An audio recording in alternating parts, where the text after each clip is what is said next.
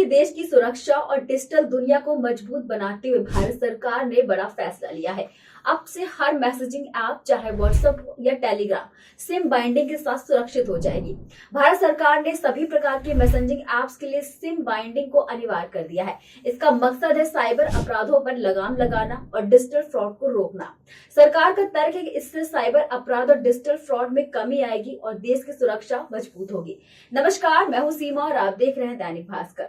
आइए जानते हैं कैसे ये नई व्यवस्था आपके फोन और ऑनलाइन सुरक्षा को मजबूत करेगी और क्यों ये सरकार का कदम आपके लिए फायदेमंद है। 28 नवंबर को दूरसंचार विभाग ने एक नोटिस जारी किया है जिसमें बताया गया है कि अगले 90 दिनों के भीतर इन नए नियमों का पालन अनिवार्य हो जाएगा। इस व्यवस्था के तहत अगर किसी डिवाइस में सिम नहीं है तो उस डिवाइस में व्हाट्सएप, टेलीग्राम, सिग्नल जैसे मैसेजिंग प्लेटफॉर्म का उपयोग नहीं हो सकेगा। इसके अलावा 90 दिनों के बाद ऐप्स अपने आप हर 6 घंटे में लॉगिन करेंगे ताकि ये सुनिश्चित हो सके कि सिम अभी भी डिवाइस में मौजूद है। दूरसंचार विभाग ने इन ऐप सेवा देने वाली कंपनियों को निर्देश दिए हैं कि वे इन दिशा निर्देशों का पालन करें और अगले 120 दिनों में विस्तृत रिपोर्ट पेश करें।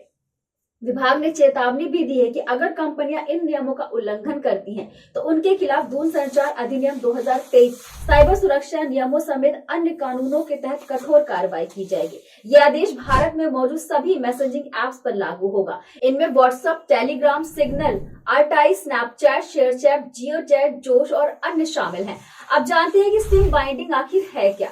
सिम बाइंडिंग का मतलब है कि अगर आपने किसी ऐप में अपने सिम के जरिए रजिस्ट्रेशन किया है तो वो ऐप सिर्फ उसी डिवाइस पर खुल सकेगी जिसमें वो सिम मौजूद है। अगर आप सिम निकाल लेते हैं या बदल लेते हैं तो ऐप अपने आप लॉग आउट हो जाएगा।